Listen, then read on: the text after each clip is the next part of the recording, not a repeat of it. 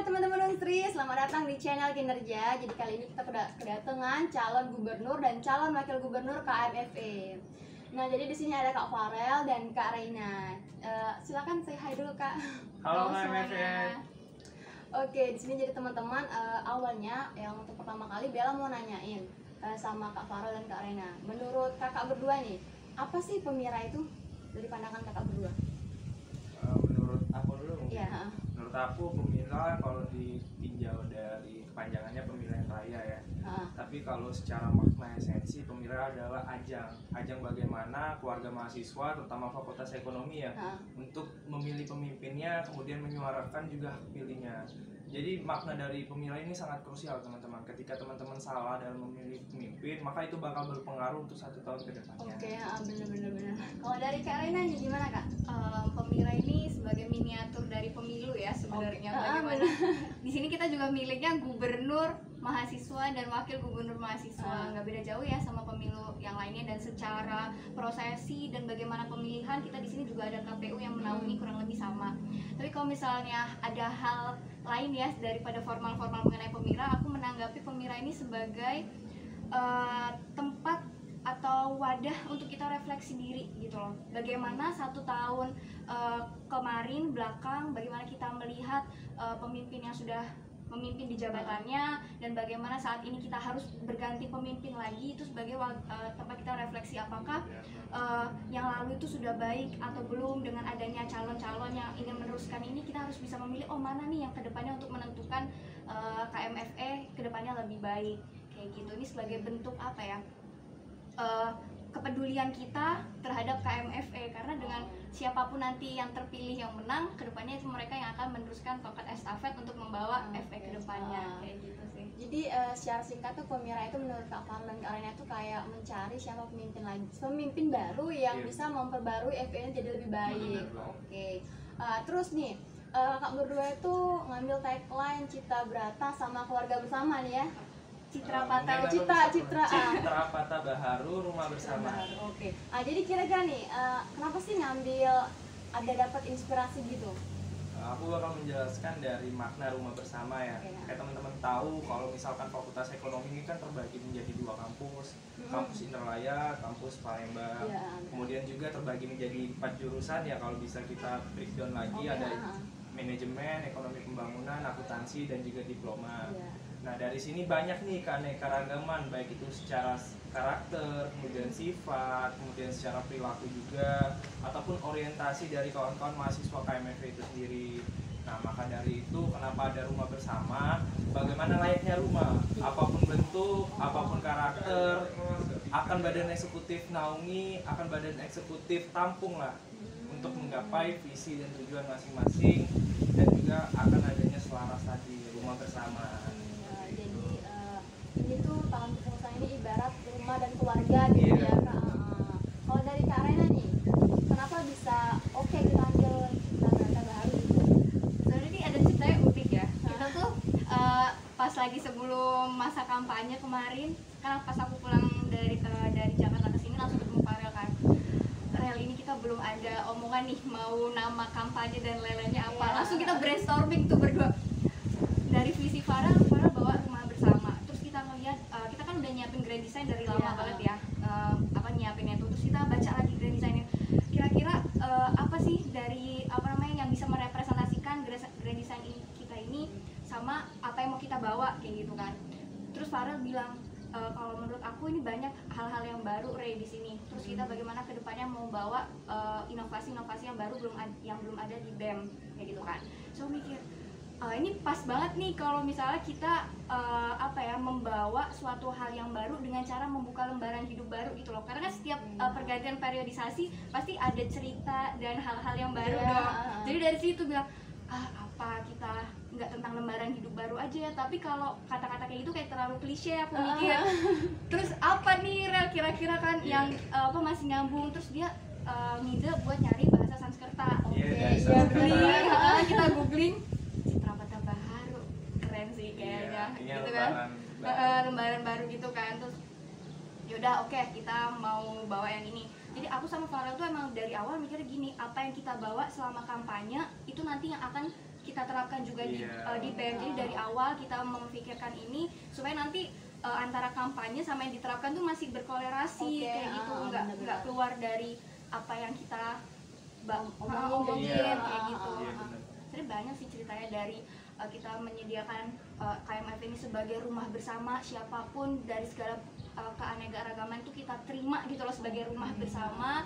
Di sini kita sama-sama membuka lembaran hidup baru dengan adanya inovasi-inovasi baru yang dimana semua itu bermula dari kita, yang dilakukan oleh kita dan untuk kita. Kayak gitu. Jadi apa kita nge-breakdownnya semua insya Allah berkolerasi. Nah, lingkarannya tuh emang saling berkaitan gitu. Tapi emang sering sih nama kabinet itu ngambil bahasa Sanskerta kan. Terus ngelihat nih, aku nggak terlalu flashback ke 2020, tapi aku ngelihat Kak Farel dan Kak Raina itu public speakingnya tuh emang benar-benar bagus, tertata gitu. Kayak udah jadi bagus ya, ngedenger kakak berdua tuh ngomong udah yakin gitu sama apa yang dia omongin. Nah tapi kalau flashback ke 2020 dikit nih, dari target 2020 kemarin udah berapa persen sih yang tercapai gitu Kak? Ini target pribadi ya? Iya. Kalau aku sih alhamdulillah di 2020 banyak pencapaian dari yang mulai awal tahun sampai akhir tahun, baik itu pencapaian di organisasi maupun di non organisasi seperti akademik ya. Dulu aku waktu semester 2, 3 itu nyari tim untuk lomba susah banget nih ya.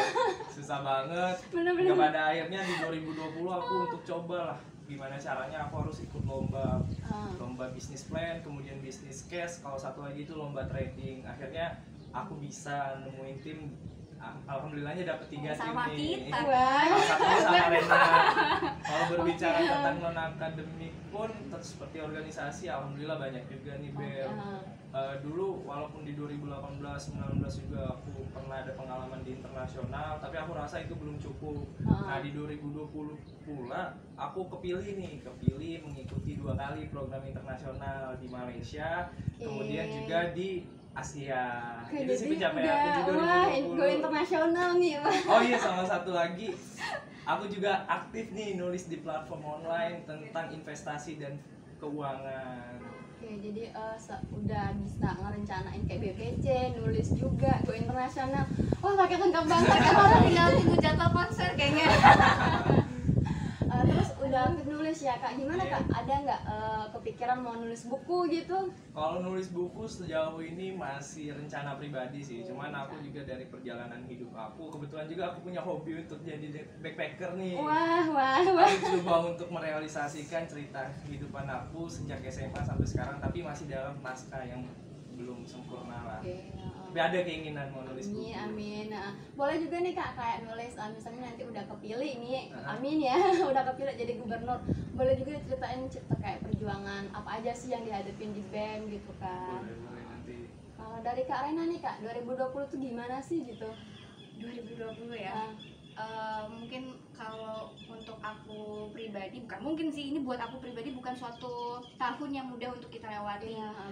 Banyak hal yang berubah secara fundamental, dimana kita harus adaptif ulang ya.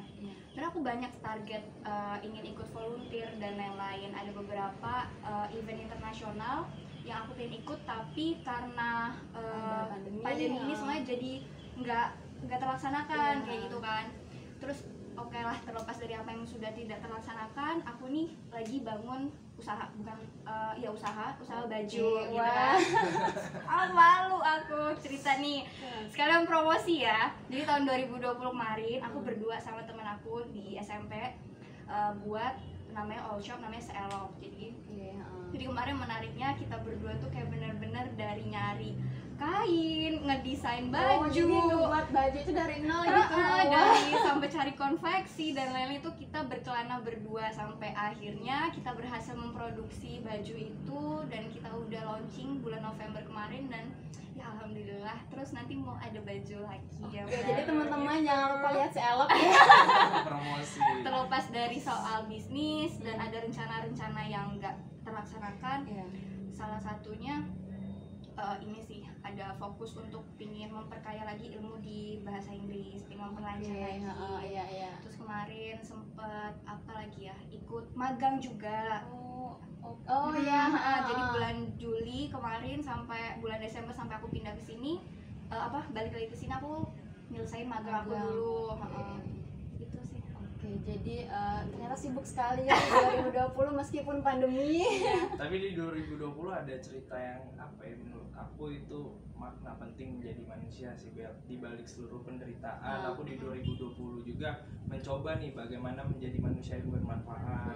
Ketika memang pandemi berada di puncak-puncaknya sekitar bulan 6 sampai bulan 8, aku rutin tuh tiap minggu, tiap bulan sama komunitas yang ada di daerahku membantulah orang-orang pinggir jalan untuk memberikan sembako.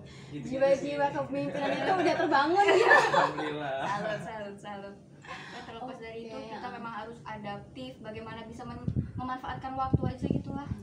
Kalau aku kemarin ya sih, meskipun pandemi ya mau nggak mau kita harus tetap efektif, karena kalau kita nggak kerja keras kita akan ketinggalan dari teman-teman yang lain. Nah, ngelihat kalau kakak ini kan udah calon, udah sampai kampanye. Nah, kira-kira kepikiran nggak sih hal mendesak apa yang harus diperbaiki atau diperbarui dari kepengurusan tahun kemarin? Kalau berbicara yang paling berpengaruh untuk di pengurusan, mungkin untuk komunikasi dengan pihak birokrat ya. Bagaimana Badan Eksekutif Mahasiswa mampu untuk menampung aspirasi yang tentunya bekerja sama dengan Dewan Perwakilan Mahasiswa DPM gitu ya. Bagaimana kita bisa menjalin komunikasi yang pada akhirnya seluruh aspirasi dari kawan-kawan KMFE itu bisa terpenuhi secara optimal. Itu sih yang paling ketika di awal aku bakal sama Rena juga untuk mewujudkan hal itu dalam bentuk reformasi kolaborasi. Kalau Bella nonton kan itu sih yang paling fundamental, karena ketika memang Badan Eksekutif Mahasiswa mampu untuk memenuhi aspirasi mahasiswa, aku rasa peran dari BEM bakal dirasakan sangat konkret di situ. Oke, jadi kita tunggu ya teman-teman, kita tunggu kalau misalnya mereka berdua menang, kita tunggu hal-hal yang udah harus diperbaiki itu kayak yang komunikasi gitu ya kan. Iya. Nah, terus aku mau khusus ini ke Kak Rena. Kak Rena kan wanita, aku juga wanita tuh ya. Ngerasa kenapa sih ngambil kesempatan, maksudnya kayak kenapa sih ngebuat diri itu aku mau jadi wakil gubernur gitu, kenapa sih Kak? jadi alasan aku maju ya selain optimisme dan lain-lain, terlepas itu jujur untuk pertama kali sebenarnya aku sama Farel ini emang udah kenal dari awal. Kita memang udah sering berkomunikasi, membicarakan tentang di BEM ini kayak gini ya, aku pengennya kayak gini nih, terus aku sharing-sharing santai kayak gitu, sampai pada akhirnya dia tiba-tiba kayak bentar lagi pemilah, yuk maju kayak gitu kan. Nggak tahu lah, tiba-tiba kayak kesambar geledek aja nih orang ngomong kayak gini. Terus aku nggak ada sih sebenarnya pemikiran untuk benar-benar sampai di sana. Mungkin aku jadi support sistemnya aja lah, kayak bilang Rel harus nanti kayak gini ya, nanti timnya kayak gini. Aku tuh nggak membayangkan diri aku yang ada di sini. Ada di sini. Dan dengan support dan kepercayaan dari teman-teman, mereka meyakinkan aku kamu bisa dengan komitmen kompetensi yang ada di aku, teman-teman percaya bahwa bisa kayak gitu kan. Soalnya aku kayak itu lama banget ya Rel, bisa menggoyahkan hati ini untuk akhirnya maju. Terus aku ini sih salah satu titik balik juga di tahun 2020 untuk aku keluar dari zona nyaman gitu kan. Ketika semua ada yang mempercayai aku, terus terbesit di hati ini memang ada keinginan dan ada wadah yang menyediakan, ini adalah kesempatan yang baik untuk aku ambil kayak gitu. Aku memang ada angan yang ingin aku wujudkan di KMFE. Terus dengan ada kesempatan ini ya harus aku ambil kayak gitu. Terlepas dari aku insecure berpasangan dengan Farel yang tau lah track recordnya kayak gimana Bel. Tapi ya udah, aku percaya Farel juga bisa meyakinkan aku gimana kita kedepannya bisa mewujudkannya sama-sama. Ya bener sih. Dan juga kalau kita ngeliat pemimpin itu bukan gendernya, bukan cewek atau cowok. Setuju itu. Karena pemimpin itu yang dilihat dari karakternya gitu, bertanggung jawab, disiplin, kreatif kan gitu. Kalau cuma kita ngelihat ya gendernya, ya nggak muluk, nggak semua laki-laki itu baik gitu kan. Kalau misalnya kita nggak gender ke cewek, ya nggak semua cewek itu bagus. Aku mau nambahin dikit. Oke, bener. Nah, menyinggung soal masalah gender di sini, mungkin masih ada stigma yang mengatakan kepemimpinan itu lebih berorientasi kepada laki-laki. Dan aku tidak setuju akan hal tersebut. Tidak setuju juga bukan. Nah, kita tuh di sini Aku juga belajar kemarin dari webinar Women Empowerment, di mana aku saat itu jadi pembicara. Banyak kan aku membaca buku, artikel dan lain-lain bahwa permasalahan di sini tuh apa ya, stigmanya tuh masih secara konservatif sekali dengan memandang wanita sebagai kepemimpinan. Yang dimana seharusnya kita tuh melihat sosok orang atas kemampuan itu berdasarkan kompetensinya secara objektif, terlepas dia laki-laki atau perempuan, kayak gitu sih. Karena kita memang harus lebih membuka pemikiran aja, membuka apa ya, bahwa kesempatan-kesempatan tersebut tuh nggak muluk hanya selalu di laki-laki. Banyak juga kan contoh tokoh-tokoh perempuan yang memang hebat. Dan di KMFA ini pertama kali ya, Rel, di BEM itu maju mungkin dalam 1 dekade ini bisa dibilang ya, iya. Begitupun aku pun begitu, mungkin baru pertama juga dia. Dengan kita maju berani Bel bisa memberikan inspirasi juga untuk teman-teman yang lain, bahwa mungkin loh untuk seorang perempuan maju atau jadi pemimpin di KMFA ini, terlepas organisasi apa ya gitu. Oke, mungkin kayaknya banyak juga teman-teman itu mungkin yang punya jiwa, mungkin punya rasa aku harus maju, tapi kayak stigma di Indonesia itu emang masih kental banget. Nah, gitu bener-bener. Nah, ngelihat nih kayak Kak Rena kan cewek gitu, terus mungkin track recordnya Kak Farel itu jauh ya Kak ngelihatnya. Kenapa Kak Farel milih Kak Rena dan Kak Rena kenapa milih Kak Farel gitu? Aku juga penasaran. Karena kayak gini, kenapa? Berbicara tentang kepemimpinan itu berbicara tentang hati dalam artian bagaimana aku selaku pimpinan bisa menemukan partner yang memang satu hati, satu pikiran. Karena kan ketika menjadi pasangan itu bagaimana menggabungkan dua kepala menjadi satu visi dan tujuan. Karena kan aku sama Rena juga kenal bukan sebulan 2 bulan ini, tapi bisa dibilang dari awal maba gitu. Dia nggak pernah nih ngomong kayak gini kan. Dan aku juga kayak mikir Rena apa ya, untuk membawa visi ini mampu lah untuk menjadi partner aku dengan kapabilitas, kualitas, kemudian juga secara emosional kita juga dekat. Kan bisa bila bayangkan ketika memang suatu pemimpin memiliki wakil secara emosional tidak ada kedekatan, maka kan akan sulit tuh mencapai visi dan misi. Gitu. Ya gitu, kurang klop. Jadi aku melihat Rena, ternyata Rena ini sevisi dengan apa yang ada saat ini, dan juga Rena mampu lah ke depan untuk mendukung niat baik dari aku untuk KMFA. Gitu sih. Jadi alasan aku kenapa milih Rena. Nah, dari Kak Rena nih, kenapa milih Kak Farel gitu? Kenapa enggak aku nggak mau Rel gitu sama kamu, sama yang lain aja gitu?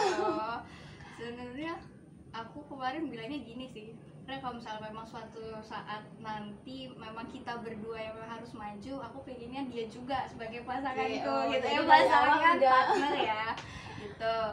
Nah, terus aku juga ngelihat Farel dari maba sampai dia sekarang, dia tuh bertransformasi menjadi orang yang jauh lebih baik kayak gitu. Dengan apa yang dia lakukan selama ini, itu tuh menginspirasi, secara nggak langsung tuh menginspirasi juga untuk sekitarnya, dimana aku merasa aduh, dia aja memiliki ambisi yang besar loh untuk mewujudkan mimpi-mimpinya, dan itu tuh aku mendapatkan influence itu dari dia. Sebenarnya aku salut sih, jangan GR ya, tapi abis ini traktir. Terus abis itu ya itu sih, secara kepribadian dan juga kompetensi tadi, bagaimana pemikiran dia ke depan sangat visioner dan future oriented banget. Ternyata wah, aku bisa nih menemukan orang yang memang memiliki pemikiran yang sama aku kayak gitu. Terlepas kita nih walaupun kayak kelihatannya akur, kalau di balik layar nih sering berantem kayak gitu, tapi terlepas dari semua itu asik ya Rel, kayaknya good lah. Jadi yang paling dasar itu kayak nyaman, satu ideologi, satu tujuan, dan emang udah dari awal tuh udah deket gitu ya Kak. Hubungan emosionalnya tuh udah terjalin dari awal. Oke, sih. Ya gimana ya, kita mau kalau kerja sama itu kalau nggak nyaman itu ya nggak akan ada prosesnya tuh nggak maju di situ-situ aja. Nah, terus ngelihat nih, sejujurnya Fakultas Ekonomi itu kan belum pernah ngadain bujang kampus gitu ya, bujang gadis gitu ya. Kira-kira nih ke depan punya nggak rencana ngebuat kayak misalnya ataupun bujang gadis kampus atau kayak mirip-mirip bujang gadis kampus gitu yang khusus untuk FE? Sebenarnya ini hal yang sudah sering dibicarakan karena memang aku sama Rena juga 2 tahun di Badan Eksekutif Mahasiswa, baik sebagai staf maupun pengurus harian gitu ya.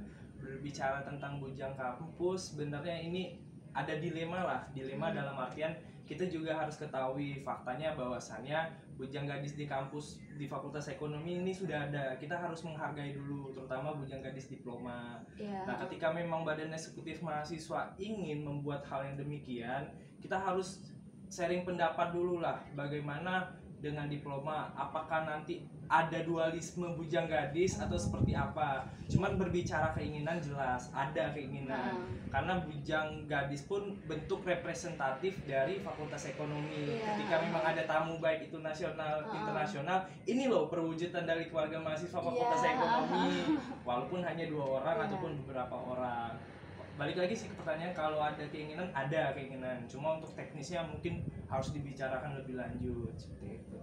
Jadi memang ada permasalahan yang sebenarnya emang agak krusial dan itu udah dari dulu gitu ya Kak. Nah terus ngelihat dari program-program unggulan gitu ya Kak, kalau ngelihat di tahun ini kira-kira dari program itu akan tercapai berapa persen sih misalnya kalau ke depan jadi kepengurusan ini tuh bakal berapa persen tercapai gitu target-targetnya? Kalau target sih aku menargetkan, karena memang perencanaan ini disusun dengan sangat matang. Teman-teman bisa lihat melalui grand design, kurang lebih itulah 1 tahun ke depan yang akan kami bawa itu bisa di atas 85% sih. Karena kenapa? Aku percaya sama Rena 85%, karena hal-hal mengenai program unggulan pun sudah pernah kami laksanakan, Bel. Dalam artian program kerja unggulan pun bukan hal yang baru bagi kami, tapi kami sudah pernah melewati tahap-tahapan itu. Meskipun dalam tanda kutip kita mudah-mudahan ke depan bisa offline ya. Amin. Walaupun misalkan online, aku masih optimis juga nih bahwasannya itu bisa dilaksanakan, akan tetapi dengan metode online tadi seperti itu. Dari Kak Rena nih sebagai wakilnya, kira-kira target yang disampaikan Kak Farel itu mungkin Kak Rena ngerasa bisa lebih dari 80% gitu. Oke, kita sudah pernah melewati masa-masa pandemi kemarin ya, tahun 2020, dan berkaca juga kita masuk di bulan Januari 2021 ternyata kondisi juga nggak jauh berbeda kayak gitu. Dengan pergantian tahun tentu apa yang sudah kita lewati kemarin sebagai pembelajaran kita untuk tahun ini, bagaimana kita lebih tanggap dan sigap lagi, karena kita harus bisa adaptasi, bukan suatu alasan lagi kalau kita masih aduh nanti prokernya kayak gini nih nggak maksimal dan lain-lain. Nah, karena memang kita dari awal sudah optimis dengan apa yang kita bawa, pembelajaran dan pengalaman kita dapat tahun 2020, aku yakin 85 kecilan dong untuk kita. Ini atas 85 ya, karena ada margin error sedikit. Selepas dari itu insya Allah dengan bantuan tim nanti mungkin yang akan membersamai perjuangan kita 1 tahun ke depan, aku yakin sih. Karena salah satunya juga ada hal penting ya, kita ada transformasi juga secara struktural. Secara struktural gini Bel, ketika di tahun lalu mungkin secara pengawasan BEM ini hanya diawasi oleh pihak eksternal yaitu DPR. Tapi di tahun ini aku sama Rena mencoba untuk menghadirkan gebrakan inovasi lah dari internal BEM itu sendiri. Bagaimana di tahun kepengurusan kami ada yang namanya badan independen. Badan independen ini bernama Badan Penjamin Mutu Organisasi, yang memastikan visi dan misi dari kami berdua itu bisa berjalan sesuai dengan rencana. Jadi bisa dibilang ini manajerial internal BEM lah. Ketika memang ada hal-hal di luar dari rapat kerja yang telah disepakati, badan inilah yang bakal mengingatkan. Ketika memang ada agenda yang terlewati, badan inilah yang bakal mengontrol. Jadi fungsi dari ini bisa meningkatkan kualitas secara internal BEM sebelum merambah eksternal BEM. Jadi udah punya tim yang bisa mengawasi dan mengontrol gitu. Iya, benar banget. Jadi untuk memperkuat internal, kalau internal kita secara kapabilitas kualitasnya udah oke, kinerjanya juga optimal dong harusnya kayak gitu. Itu sih bentuk tadi pencapaian. Terus kalau ngelihat juga ya, ini pendapat aku ya, kalau misalnya salah dikoreksi Kak ya. Ini tuh kayak melanjutkan estafet, juga memberikan inovasi-inovasi baru gitu ya kepengurusan tahun ini. Nah jadi untuk teman-teman nih ya, aku rasa penjelasan dan yang udah disampaikan sama Kak Farel dan Kak Rena itu udah jelas gitu. Dan kalau teman-teman satu ideologi, satu tujuan, dan satu rasa, jangan lupa pilih mereka berdua gitu. Nomor 1 Rena ya. Karena kalau misalnya kalian dan aku juga mau ngingetin, jangan pilih karena mereka teman, jangan pilih mereka keluarga, karena mencari pemimpin itu bukan yang dekat-dekatan gitu. Kita tuh butuh pemimpin yang bisa memperbarui KMFV khususnya gitu ya Kak. Bisa ngebawa KMFV jadi lebih baik. Nah, untuk penutup nih, gimana kalau kita jargon dari Oke, boleh. Mungkin aku izin untuk closing statement dulu untuk KMFV. Jadi teman-teman KMFE, benar kata Bella tadi dan aku sepakat bahwasannya kita memilih pemimpin jangan berdasarkan kedekatan emosional, jangan berdasarkan hanya kita kenal, tapi sadarilah kawan-kawan, di kondisi saat ini memang benar KMFE membutuh sebuah gebrakan inovasi, memang butuh sebuah pemimpin yang bukan hanya berpengalaman secara internal tapi juga eksternal. Bagaimana pemimpin itu dapat membawa KMFE menjadi jauh lebih baik. Dan tentu jawabannya itu ada di saya, Farel, kemudian Rena. Jangan lupa pilih nomor 1 ya, promosi ini. Tapi izin ingetin juga ya, ini bener-bener kami netral loh, nggak ada ngedukung si paslon 1. Pokoknya terlepas dari semuanya, entah paslon 1, paslon 2, kayak gitu kan, memiliki tujuan yang untuk memperbaiki efek kedepannya. Tinggal bagaimana visi dan misi, gagasan dan narasi yang kita bawa ini, kalau misalnya memang relate dengan teman-teman, ya pilih kami. Kalau relate dengan sebelah, ya sudah. Terlepas dari itu, kita harus jadi pemilih yang rasional, objektif, dan juga bijaksana. Oke, ya Kak, kita jargon gitu gimana? Jargon ketika aku bilang citra Patah Baharu, jawabannya harmonisasi langkah wujudkan karya. Harmonisasi langkah wujudkan karya. Oke. 1, 2, 3. Citra Patah Baharu, harmonisasi langkah wujudkan karya. Oke. Jadi untuk teman-teman, aku ingatkan sekali lagi, jangan nggak milih ya, no golput gitu, sayang banget suara kita kesia-siaan gitu. Dan say goodbye, dadah. Sampai jumpa.